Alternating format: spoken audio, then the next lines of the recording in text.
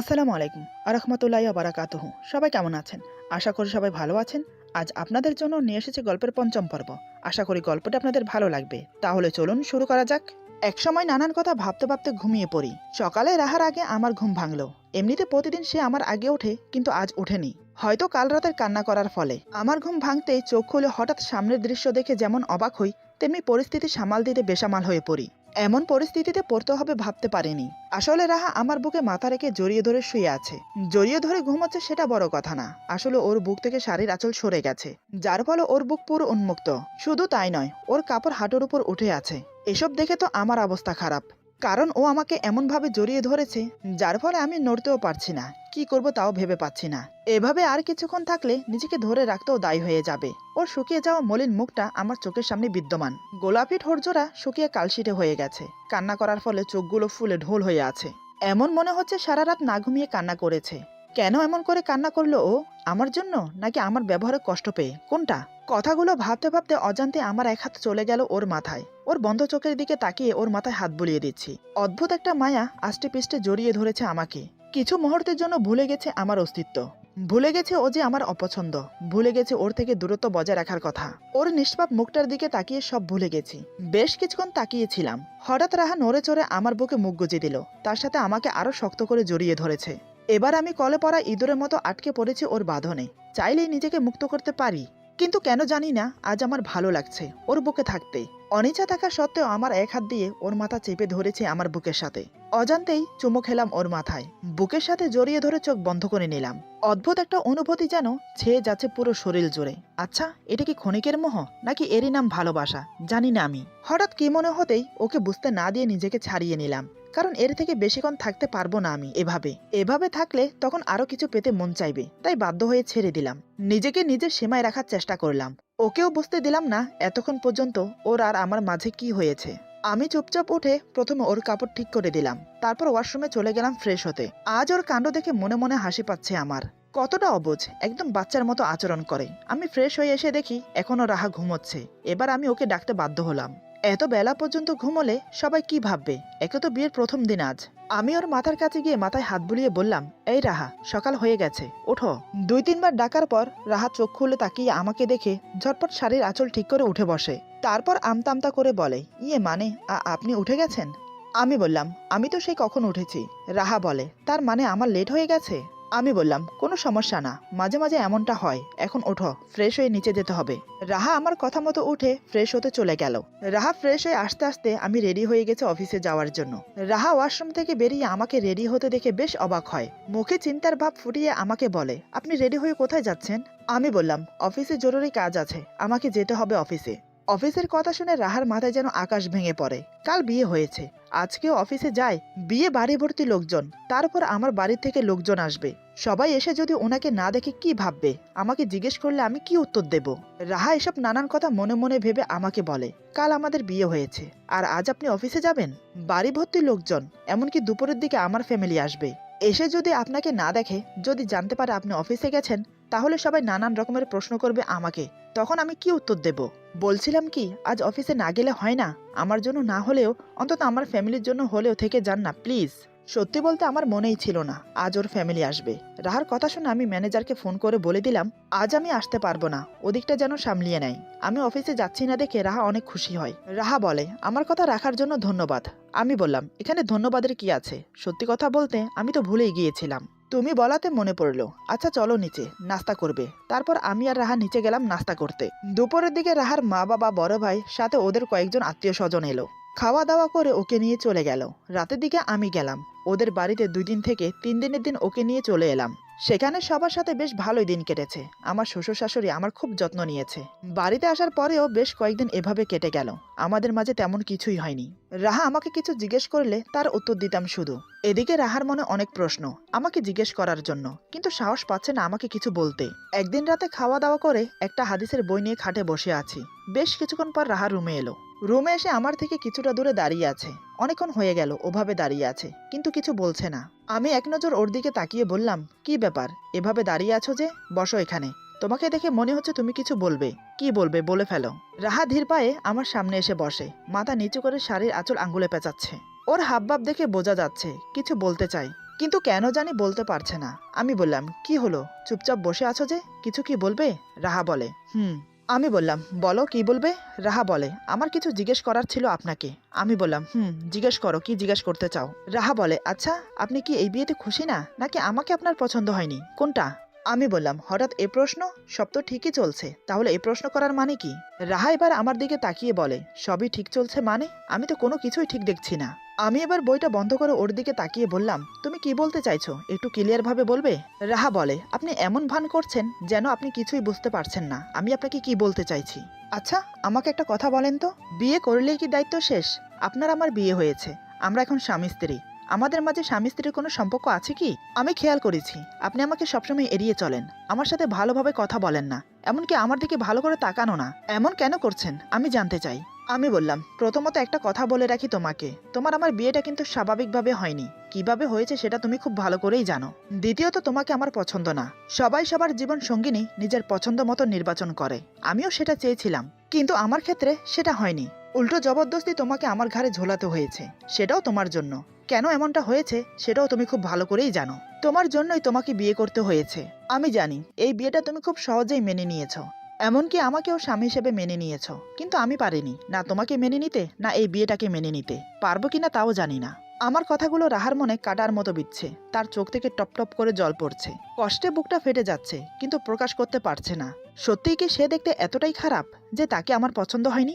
রাহা কান্নাজড়িত কণ্ঠে বলে, আমাকে যখন আপনার এতই অপছন্দ, তাহলে দ্বিতীয়বার বিয়ে কেন করেছেন? তখন কেন সবকিছু ভেঙে দিলেন না? তাহলে তো সবকিছু চুকে যেত। আমি বললাম, আমার ফ্যামিলি তোমার ফ্যামিলি, বিয়েটা এত সহজভাবে মেনে নিয়েছে যে আমি কিছু বলতে বা করতে পারিনি। আর এমনিতেও সবাই জানে আমাদের বিয়ে হয়ে গেছে, ইচ্ছাকৃত বা অনিচ্ছাকৃত সেটা তো কেউ দেখছে না, সবাই তো সবটা স্বাভাবিকভাবে মেনে নিয়েছে, সেখানে আমি কি করতে পারি বলো? রাহা বলে, তাও ঠিক, আসলে সব দোষ আমার, আমি সবকিছু স্বাভাবিকভাবে মেনে নিয়েছি। ভেবেছিলাম আপনি মন থেকে বিয়েটা মেনে নিয়েছেন, আসলে আমার ভাবনাটা ভুল ছিল। আমি তো দেখতে সুন্দর না, আমার কোনো যোগ্যতাই নেই আপনার বউ হবার, তারপরও এই দেখুন না আপনার বউ হয়ে বসে আছি। আমি বললাম, এমন করে কথা বলছো কেন? আমি আবার কখন বললাম যে তোমার কোনো যোগ্যতাই নেই আমার বউ হবার? রাহা বলে, আপনার কথাই কি তা বোঝায় না? সেটা কি খুলে বলতে হয়? আপনি আমাকে ছাড়তে পারবেন না আপনার মা বাবার মানসম্মানের কথা ভেবে, আমিও আপনাকে ছাড়তে পারবো না, কারণ আমার মা বাবারও একটা মানসম্মান আছে। কিন্তু তারপরও তো একটা কথা থেকে যাচ্ছে, সারা জীবন তো আর এভাবে থাকা যায় না। আচ্ছা একটা কথা বলুন তো, আপনি কি কোনো দিনও আমাকে মেনে নেবেন না আপনার স্ত্রী হিসাবে? কোনো দিনও কি আমি আমার স্বামীর অধিকার পাবো না? ওর কথা শুনে আমি কিছু না বলে নিচের দিকে তাকিয়ে আছি। এ কথার উত্তরে কি বলবো আমি সেটাই ভেবে পাচ্ছি না। সব সময় সব কথার উত্তর আমাদের কাছে থাকে না, কিছু কিছু সময় উত্তর সামনে থেকেও খুঁজে পাই না। আমার ক্ষেত্রেও তাই। আমাকে নীরব দেখে রাহা আরো ভেঙে পড়ে, তার এবার খুব কান্না পাচ্ছে, কিন্তু আমার সামনে চিৎকার করে কান্না করতে পারছে না, তাই সে উঠে দৌড়ে বারান্দায় চলে গেল। বারান্দায় গিয়ে বারান্দার গ্রিল ধরে নিচের দিকে তাকিয়ে ফুপিয়ে কেঁদে ওঠে। এতটা অপমান আজ পর্যন্ত কোনোদিনও হয়নি। আজ পর্যন্ত কেউ ওর মুখের উপর এমন করে বলেনি যে কেউ ওকে অপছন্দ করে। রাহা কান্না করতে করতে মনে মনে ভাবে, মানছি আমি আপনার অপছন্দের, তাই বলে এইভাবে মুখের উপর বলতে হয়? একবারও কি ভেবে দেখেছেন আপনার এই কথাগুলোতে আমি কতটা কষ্ট পেয়েছি, কতটা আঘাত পেয়েছি আমার মনে? একবারও কি জিজ্ঞেস করেছেন আমি কি চাই, আমি আপনাকে কতটা ভালোবাসি? আরো নানান কথা ভাবতে লাগলো। এদিকে আমি বসে বসে ভাবছি, আমি মনে হয় একটু বেশিই বলে ফেলেছি। এভাবে মুখের উপর এতগুলো কথা বলা উচিত হয়নি। না জানি আমার কথাগুলো শুনে ও কি মনে করছে, কিন্তু এভাবে দৌড়ে বারান্দায় চলে গেল কেন? আবার কান্না করছে না তো? না, এখানে বসে ভেবে লাভ নেই, তার চেয়ে বরং গিয়ে দেখি। এই ভেবে বইটা রেখে উঠে গেলাম বারান্দায়। গিয়ে দেখি আমি মনে মনে যেটা ভেবেছিলাম সেটাই, মেয়েটি কান্না করছে। আমি ধীরে ধীরে ওর পেছনে গিয়ে দাঁড়ালাম। ওর কাঁধে হাত রাখতেই চমকে ওঠে, তাড়াতাড়ি চোখের পানি মুছে নিজেকে স্বাভাবিক করে নেয়। আমি বললাম, কি হয়েছে তোমার, কান্না করছো কেন? রাহা কান্নাজড়িত গলায় বলে, কিছু না, এই বলে আমাকে পাশ কাটিয়ে চলে গেল। বুঝতে পারলাম বেশ অভিমান হয়েছে আমার উপর, আর আমার কথায় মনেও কষ্ট পেয়েছে। রাহা গিয়ে চুপচাপ খাটে শুয়ে পড়ল, তবে আজ মাঝখানে বালিশ দিয়েছে। দুটো নয়, গুনে গুনে 4টা বালিশ দিয়েছে। আমি রুমে এসে সেটা দেখে বেশ অবাক হই, কারণ বিয়ে হয়েছে পর্যন্ত এ কয়দিন মাঝখানে কোনো বালিশ দেয়নি, কিন্তু আজ হঠাৎ বালিশ দেয়াতে একটু অবাকই হলাম। এবার পুরো শিওর হয়ে গেলাম আমার উপর অভিমান তো আছেই, তার উপর রাগও করে আছে। আমি ওর দিকে তাকিয়ে মনে মনে বললাম, সত্যি কি তুমি আমার উপর অভিমান করে থাকতে পারবে? সকাল হতে না হতেই ঘুম থেকে জেগে দেখবো তুমি আমার বুকে অকাতরে ঘুমোচ্ছ। এই 4টা বালিশ দিয়ে দেয়াল তৈরি করেও কি তুমি আমার থেকে আলাদা থাকতে পারবে? কথাগুলো ভাবতে ভাবতে অজান্তে মুখে হাসি ফুটে উঠল। আমি কিছু না বলে চুপচাপ গিয়ে শুয়ে পড়লাম। এটা দেখে ওর আরো রাগ হলো। সে মনে মনে বলে, কোথায় ভাবলাম আমি কান্না করছি দেখে আমার রাগ ভাঙাবে। কিন্তু সেটা না করে চুপচাপ এসে শুয়ে পড়ল। সত্যিই কি আমাকে এতটা অপছন্দ করে? আমি কি দেখতে এতটাই কুৎসিত? কথাগুলো মনে মনে ভেবে ডুকরে কেঁদে ওঠে। আমি বেশ বুঝতে পারলাম যতক্ষণ পর্যন্ত না আমি কিছু বলবো ততক্ষণ পর্যন্ত এ কান্না করেই যাবে। আমি বললাম, প্লিজ রাহা, কান্না বন্ধ করো। আচ্ছা তুমি কেন কান্না করছো? আমার ব্যবহারে বুঝি কষ্ট পেয়েছো? রাহা ভাঙা ভাঙা গলায় বলে, না কষ্ট পাইনি, বরং খুশি হয়েছি, তার জন্যই এত কান্না পাচ্ছে। আমি ওকে আর একটু রাগানোর জন্য বললাম, এটা কেমন কথা? খুশি হলে মানুষ মন খুলে হাসে, কান্না তো করে না। তোমাকে দেখছি তার উল্টো, বলছো খুশি হয়েছো, তাহলে আবার কান্না করছো কেন? রাহা এবার রাগের সাথে চেঁচিয়ে বলে, আপনার সমস্যা কি বলেন তো? এত কথা কেন বলছেন? আমি কান্না করি, হাসি, নয়তোবা মরে যাই, তাতে আপনার কি? আপনার কেন এত মাথা ব্যথা আমাকে নিয়ে? আমি বললাম, এই যা, আমি আবার কি বললাম? আমি তো ব্যাস কান্না বন্ধ করতে বলছি, কারণ তোমার কান্নার শব্দে আমি ঘুমোতে পারছি না। এটা নিশ্চয়ই জানো কাল সকালে আমার অফিস আছে। রাতে ঠিকমতো ঘুমোতে না পারলে সকালে অফিসে যাব কি করে? আমার কথা শুনে রাহা উঠে বসে বলে, ও আগে বলবেন তো আমার জন্য আপনার ঘুমের ডিস্টার্ব হচ্ছে। সরি, আমাকে ক্ষমা করবেন। এই বলে সে উঠে যাচ্ছে। আমি বললাম, কি ব্যাপার, কোথায় যাচ্ছ? রাহা বলে, আপনার ঘুম যাতে ডিস্টার্ব না হয় তাই উঠে যাচ্ছি। মেয়েটি কথায় কথায় আমাকে এত রাগ দেখায় কেন? আমি কিছু বলি না বলে তাই এমন করে আমার সাথে? আমি একটু রাগের সাথে চেঁচিয়ে বললাম, এক পাও সামনে এগোবে না, চুপচাপ এসে বিছানায় ঘুমাও, আর একটা টু শব্দও করবে না, কান্না তো দূরের কথা। কিছু বলি না বলে খুব প্রশ্রয় পেয়ে গেছো তুমি, এখন দেখছি তোমাকে শাসনে রাখতে হবে। রাহা থমথমে মুখ করে আমার দিকে তাকিয়ে আছে, চোখ থেকে অশ্রু অনর্গল গাল বেয়ে পড়ছে। আমি বললাম, কি হলো, কথা কানে যাচ্ছে না? অমন করে তাকিয়ে থাকতে বলিনি। চোখ মুখ মুছে ফ্রেশ হয়ে এসে ঘুমাও, 5 মিনিট সময় দিলাম, তাড়াতাড়ি করো। দেখলাম কথায় কাজ হয়েছে। রাহা চুপচাপ ওয়াশরুমে চলে গেল ফ্রেশ হতে। একদম ঠিক 5 মিনিট পর আমার পাশে এসে শুয়ে পড়ল। আমি আর কিছু বললাম না, জানি কথা বললে কথা বাড়বে। এমনিতে রাতও অনেক হয়ে গেছে, তাই চুপচাপ ঘুমানোর চেষ্টা করলাম। একসময় আমি ঘুমিয়ে পড়ি। রাহা কখন ঘুমিয়েছে ঠিক বলতে পারি না। সকালে ঘুম ভাঙলো রাহার ডাকে। সে আমার জন্য প্রতিদিনের মতো চা হাতে নিয়ে দাঁড়িয়ে আছে। আমি চোখ খুলে ওর দিকে তাকাতেই সে বলে, আসসালামু আলাইকুম, শুভ সকাল, এই নিন আপনার চা, তাড়াতাড়ি খেয়ে নিন, ঠান্ডা হয়ে যাবে। এই বলে চাটা টি টেবিলের উপর রেখে চলে গেল। আমি শুধু বোকার মতো ওর দিকে তাকিয়েছিলাম। বিয়ে হওয়ার এতদিন পর এই প্রথম সে আমাকে সালাম দিয়েছে, তাও আবার সেটা হাসি মুখে না, মুখটা গম্ভীর করে যেন হুকুমের সমতুল্য কথাগুলো শোনালো। আমি সালামের উত্তর দেওয়ার আগেই সে চলে গেল। বুঝতে পারলাম কাল রাতের অভিমান এখনো যায়নি, এটাই স্বাভাবিক। এমন করে ওকে কথাগুলো বলা আমার উচিত হয়নি, কিন্তু মিথ্যে কথাও তো বলতে পারবো না। মিথ্যে বলা যে মহাপাপ। জানি না কতদিন এভাবে রাগ দেখিয়ে যাবে আমাকে। চায়ের কাপটা হাতে নিতে নিতে কথাগুলো ভাবছি। চায়ে এক চুমুক দিয়ে বুঝতে পারলাম মা বা জরিনা খালা কেউ এই চাটা বানায়নি। আজ চায়ের টেস্ট অনেকটা আলাদা। নিশ্চয়ই রাহা চাটা বানিয়েছে, বেশ ভালোই তো চা বানাই দেখছি। নানান রকমের কথা ভাবতে ভাবতে চাটা শেষ করলাম। তারপর ফ্রেশ হয়ে রেডি হয়ে নিলাম অফিসে যাওয়ার জন্য। এর মধ্যে রাহা একবারও আসেনি, আমিও ততটা গুরুত্ব দেইনি। রেডি হয়ে চলে গেলাম নিচে। নিচে গিয়ে দেখি সবাই ডাইনিং টেবিলে বসে আমার জন্য অপেক্ষা করছে। রাহা মার পাশে বসে মার সাথে গল্প করছে। তার সাথে যোগ দিয়েছে বাবা ও দাদু। আমাকে ছাড়া বেশ ভালোই গল্প জমেছে। এদিকে আমাকে আসতে দেখে মা বলে, কিরে, সেই কখন থেকে তোর জন্য ওয়েট করছি, এই বুঝি তোর আসার সময় হলো? কয়টা বাজে ঘড়িতে দেখেছিস? আমি প্রথমে সবাইকে উদ্দেশ্য করে সালাম দিলাম, তারপর বললাম, আসলে মা ঘুম থেকে উঠতে দেরি হয়ে গেছে আমার, তাই এত দেরি হয়েছে। আমাকে তাড়াতাড়ি নাস্তা দাও, যেতে হবে। আমার কথা শুনে মা নাস্তা দেওয়ার আগে রাহা উঠে এসে আমাকে নাস্তা দেয়। শুধু আমাকে না, একে একে সবাইকে নাস্তা দেয়। এটা দেখে আমি তো বেশ অবাক। এদিকে সবাই খুশি রাহাকে নিয়ে, কারণ আজ রাহা নিজের হাতে সবার জন্য নাস্তা বানিয়েছে। এমনকি সবাইকে নিজের হাতে নাস্তা বেড়ে খাওয়াচ্ছে।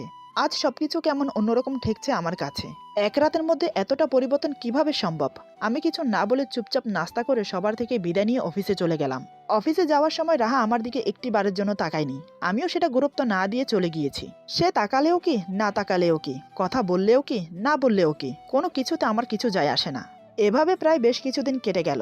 এদিকে রাহা পুরো দমে নিজের দায়িত্ব পালন করছে। আমার কখন কি লাগবে, আমার প্রয়োজনীয় জিনিস হাতের কাছে রাখা, আমার কাপড় চোপড় গুছিয়ে আলমারিতে রাখা, কখন কি চাই সেটা এগিয়ে দেওয়া, আরও নানান বিষয়ে সে খেয়াল রাখছে। এমনকি মা বাবার, দাদুর পুরো খেয়াল রাখছে। মোট কথা একটা পাক্কা গৃহিণী হয়ে উঠেছে সে, কিন্তু কোনো প্রয়োজন ছাড়া আমার সাথে বাড়তি একটা কথাও বলে না। প্রায় সময় আমি সেটা নোটিস করি, কিন্তু অতটা গুরুত্ব দেই না। একদিন বিকেল আমাকে কফি দিয়ে চলে যাচ্ছিল। আমি ডেকে বললাম, আজকাল আমাকে খুব বেশি গুরুত্ব দিচ্ছ, একটু বেশি বেশি হয়ে যাচ্ছে না? আমি বলি কি, পড়াশোনা বাদ দিয়ে আমার পিছনে পড়ে থাকার কোনো মানে আছে? এসব ছেড়ে পড়াশোনায় মন দিলে ভালো হতো না, নাকি পড়াশোনা করার কোনো ইচ্ছে নেই? রাহা এবার আমার দিকে ফিরে বলে, আমি আপনার পিছনে পড়ে থাকবো কোন দুঃখে? আমি শুধু আমার দায়িত্বটুকু পালন করছি। একজন স্ত্রী তার স্বামীর জন্য যা যা করা প্রয়োজন আমি শুধু সেটুকু করছি, আর বাকি রইল পড়াশোনা। আমি পড়াশোনা করতে চাই না সেটা কখন বললাম? শুধু অপেক্ষা করছিলাম আপনি কখন নিজে থেকে বলবেন পড়াশোনার কথা। আপনি অনুমতি দিলে আমি কাল থেকে কলেজে যেতে পারি। আমি বললাম, তোমার পড়াশোনা তুমি করবে, এখানে আমার অনুমতি দেওয়ার বা না দেওয়ার কি আছে? রাহা বলে, ও সরি, আমি তো ভুলেই গেছি, আমি তো আপনার কোনো দায়িত্বে পড়ি না, আমার প্রতি তো আপনার কোনো দায়িত্ববোধ নেই, কেন জানি সেটা বারবার ভুলে যাই। আমি বললাম, তুমি ভুল বললে, তোমার প্রতি আমার দায়িত্ব আছে বলেই আমি তোমাকে পড়াশোনার কথা জিজ্ঞেস করেছি। আমি চাই তোমার পড়াশোনাটা কন্টিনিউ করো, কাল সকালে মা বাবাকে বলে রেডি থেকো, আমি কলেজে দিয়ে আসবো। রাহা বলে, তার আর দরকার হবে না, মা বাবা বলেছে পড়াশোনায় মনোযোগ দিতে, আর বাকি রইল কলেজে যাওয়া, আমি একাই যেতে পারবো, আপনাকে কষ্ট করে দিয়ে আসতে হবে না। আমার মতো অপছন্দের মানুষের জন্য আপনার মূল্যবান সময় নষ্ট করার কোনো মানে হয় না। আমি বললাম, তুমি একটু বেশি বেশি বলে ফেলছো না? এটা ভুলে যেও না, তোমার প্রতি আমার একটা দায়িত্ব আছে। রাহা বলে, কই না তো, শুধু আপনার কথাটা আপনাকে স্মরণ করিয়ে দিচ্ছি, আর বাকি রইল আমার প্রতি আপনার দায়িত্ব। ঠেকাই পরে আপনি আমাকে বিয়ে করেছেন, আমার পরিবারের সম্মান রেখেছেন, আমার ভরণ পোষণের দায়িত্ব নিয়েছেন, থাকার জন্য ঘর দিয়েছেন, মা বাবার বদলে মা বাবা দিয়েছেন, সাথে তো দাদু ফ্রি। এগুলো তো আমার প্রতি আপনার অনেক বড় দায়িত্ব পালন করা হয়ে গেছে, আর কি কোনো দায়িত্ব আছে আমার প্রতি? আমি বললাম, তুমি ভুলে যেও না, তুমি আমার স্ত্রী, আমার স্ত্রী হিসেবে যতদিন থাকবে ততদিন তোমার প্রতি আমার দায়িত্ব থাকবে। রাহা বলে, তা কতদিন আপনার স্ত্রী হয়ে থাকতে হবে? আমি বললাম, এটা কোন ধরনের প্রশ্ন? কতদিন আমার স্ত্রী থাকবে মানে? তোমার আমার বিয়েটা কি পুতুল খেলা নাকি যে যখন তখন ভেঙে দেব? একবার নয়, দুবার বিয়ে হয়েছে আমাদের, তাই এসব বাজে কথা মাথায় আনবে না, সময় হোক, দেখবে সব ঠিক হয়ে যাবে। আর এই দেখো, তোমার সাথে কথা বলতে বলতে আমার কফি ঠান্ডা হয়ে গেছে। রাহা বলে, এদিকে দিন, আমি গরম করে এনে দিচ্ছি। এই বলে কফি নিয়ে চলে গেল। কিছুক্ষণ পর কফিটা গরম করে আবার এলো। আমার হাতে কফিটা দিয়ে যেই না যাবে, তখনই টি টেবিলের পায়ের সাথে হোঁচট খায়। সেখানে যত সম্ভব প্যারাক বেরিয়েছিল, সেটা পায়ের বৃদ্ধাঙ্গুলে গেঁথে যায়। রাহা ওমা বলে সেখানেই বসে পড়ে। এটা দেখে আমি কফিটা রেখে ছুটে গেলাম, গিয়ে দেখি পায়ের থেকে রক্ত পড়ছে। আমি কি হয়েছে বলে ওকে ধরে ফেললাম। রাহা চোখ বন্ধ করে বলে, জানি না কি হয়েছে, খুব ব্যথা করছে। আমি বললাম, এই দেখো, কি করেছো এটা তুমি? একটু দেখে চলতে পারো না? দেখো তো পা থেকে রক্ত পড়ছে।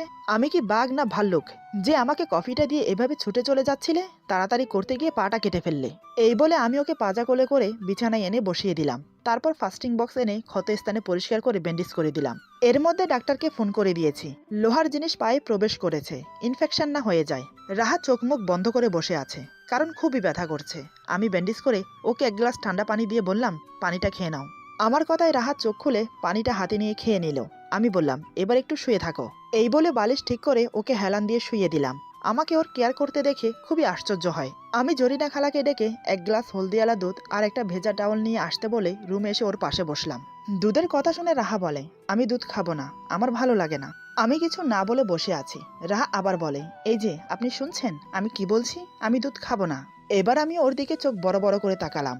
এটা দেখে রাহা ভয়ে চোখ বন্ধ করে নেয়। জরিনা খালাকে হলদিয়ালা দুধের কথা বলতে শুনে মা উপরে উঠে আসে আমাদের রুমে। রুমে প্রবেশ করে দেখে রাহা বিছানায় হেলান দিয়ে শুয়ে আছে আর পায়ে ব্যান্ডিজ। আমি ওর পাশে বসে আছি। মা বলে, তানবীর কি হয়েছে রে, বৌমার পায়ে ব্যান্ডিজ কেন? আমি বললাম, পায়ে তারকাটা গেঁথেছে, টি টেবিলের নিচে তারকাটা বেরিয়েছিল, যাওয়ার সময় সেটা পায়ে গেঁথে গেছে। মা বলে, দেখেছো কাণ্ড, মেয়েটির পা থেকে কতখানি রক্ত বেরিয়ে গেছে, ডাক্তারকে ফোন দিয়েছিস? আমি বললাম, হ্যাঁ দিয়েছি, কিছুক্ষণের মধ্যে চলে আসবে। এরই মধ্যে জরিনা খালা গরম দুধ নিয়ে চলে এলো। মা জরিনা খালার হাত থেকে গরম দুধ নিয়ে খুব যত্নের সাথে রাহাকে খাওয়াচ্ছে। এদিকে রাহা না পারতে দুধ খাচ্ছে। তাও আমার ভয়ে না করতে পারছে না, কারণ আমি পাশে বসে আছি। বুঝতে পারলাম দুধ খাওয়া একদম পছন্দ করে না। জরিনা খালা মেঝেটা মুছে চলে গেল। রাহা দুধ খাওয়া শেষ হলে মা কিছুক্ষণ রাহার মাথায় হাত বুলিয়ে বিশ্রাম নিতে বলে চলে গেল। এদিকে রাহা মনে মনে ভাবছে, সামান্য একটা তারকাটা ফুটেছে পায়ে, এর জন্য এত মাথা ব্যথা করার কি আছে? এমন করছে মনে হচ্ছে যেন বড় কোনো অ্যাক্সিডেন্ট হয়েছে আমার। কথাগুলো ভেবে রাহা উঠতে যাবে। আমি বললাম, কি হলো, তুমি কোথায় যাচ্ছ? এখনই ডাক্তার আঙ্কেল চলে আসবে। রাহা বলে, সামান্য একটা তারকাটা গেঁথেছে পায়ে, এর জন্য আবার ডাক্তার ডাকতে হয়? আর আপনি তো পায়ে ব্যান্ডেজ করে দিয়েছেন, তাহলে? আমি বললাম, হ্যাঁ হয়, কারণ তারকাটা লোহার, ইনফেকশন হওয়ার সম্ভাবনা আছে, তাই ডাক্তার আঙ্কেল এসে ইঞ্জেকশন দেবে। ইঞ্জেকশনের কথা শুনে রাহার চোখ মুখ ফ্যাকাশে হয়ে যায়, চোখে মুখে ফুটে ওঠে ভয়ের ছাপ। রাহা আমতা আমতা করে বলে, ইঞ্জেকশন? ওরে বাবা, আমি ইঞ্জেকশন দেব না। আমি বললাম, কেন ইঞ্জেকশন দেবে না? ইঞ্জেকশন না দিলে ইনফেকশন হয়ে যাবে। রাহা গুটিসুটি মেরে বসে বলে, হয়ে গেলে হয়ে যাক, তারপর আমি ইঞ্জেকশন মারবো না। আমি বললাম, কিন্তু কেন? রাহা বলে, আমার ভয় করে। আমি বললাম, তুমি কি ছোট বাচ্চা নাকি যে ইঞ্জেকশনে ভয় পাও? কিচ্ছু হবে না, আমি আছি তো নাকি? রাহা বলে, আপনি আছেন মানে? ইঞ্জেকশন তো আপনাকে মারবে না, মারবে তো আমাকে নাকি? আমি বলে দিচ্ছি, আমি ইঞ্জেকশন মারবো না। আমি বললাম, দেখো রাহা, একদম বেশি কথা বলবে না, চুপচাপ শুয়ে থাকো, কিছুক্ষণের মধ্যে ডাক্তার আঙ্কেল চলে আসবে। রাহা বলে, রাগ দেখাচ্ছেন কেন আমাকে? আমি তো বললাম আমি ইঞ্জেকশন মারবো না। এবার আমার মেজাজ গরম হয়ে গেল। আমি চেঁচিয়ে বললাম, এই চুপ, একদম চুপ, আর একটা কথাও বলবে না। সে কখন থেকে প্যাট প্যাট করে যাচ্ছ। এরই মধ্যে ডাক্তার আঙ্কেল চলে এসেছে। মা ডাক্তার আঙ্কেলকে নিয়ে রুমে আসে। ডাক্তার আঙ্কেলকে দেখে আমি সালাম দিলাম। তিনি সালামের উত্তর দিয়ে রুমে এসে চেয়ারে বসলেন। মা চলে গেলেন ডাক্তার আঙ্কেলের জন্য চা নাস্তা রেডি করতে। উনি ডাক্তার হলেও ওনার সাথে আমাদের একটা সম্পর্ক আছে। সম্পর্কটা হলো উনি আমার বাবার খুব কাছের বন্ধু। আমি সেই ছোটবেলা থেকে দেখছি।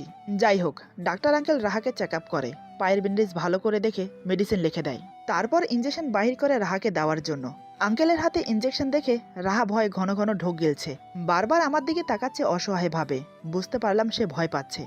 তাই আমি ওর পাশে গিয়ে বসে ওর হাতে হাত রাখলাম। আমি বললাম, কিচ্ছু হবে না, আমি আছি তো। রাহাকে ভয় পেতে দেখে ডাক্তার আঙ্কেল বলে, বৌমা, কিচ্ছু হবে না। একটা পিঁপড়া কামড় দেওয়ার সমান একটু ব্যথা পাবে। দেখো, আমি তোমাকে একটুও ব্যথা দেব না। তুমি একটা কাজ করো, চোখ বন্ধ করে রাখো। ডাক্তার আঙ্কেলের কথা শুনে রাহা চোখ বন্ধ করার বদলে আরো চোখ বড় বড় করে তাকাচ্ছে। ইঞ্জেকশন নিতে মানুষ এত ভয় পায় আমি আগে কখনো দেখিনি। এদিকে রাহা আমার হাত শক্ত করে জড়িয়ে আছে। ডাক্তার আঙ্কেল যখন ওর হাতে ইঞ্জেকশন মারতে উদ্যত হয়, তখনই হঠাৎ রাহা যা করলো তা দেখে ডাক্তার আঙ্কেল হাঁ হয়ে যায়। তিনি অবাক চোখে তাকিয়ে থাকে রাহার দিকে। এদিকে আমার অবস্থা শোচনীয়। রাগে অপমানে মাথা হেট হয়ে যাচ্ছে। মেয়েটি যে এতটা ভয় পায় ইঞ্জেকশনকে আমি জানতাম না, আর ও যে এমন কাণ্ড করবে আমি ভাবতে পারিনি। এরপর যা হলো, আজকের গল্প এখানে সমাপ্ত। গল্পের বাকি অংশ পেয়ে যাবেন আগামী পর্বে। আশা করি গল্পটি আপনাদের ভালো লাগবে। যদি ভালো লাগে তাহলে বন্ধুদের সাথে বেশি বেশি শেয়ার করবেন, কমেন্টে জানাবেন কেমন লাগলো। আল্লাহ হাফেজ।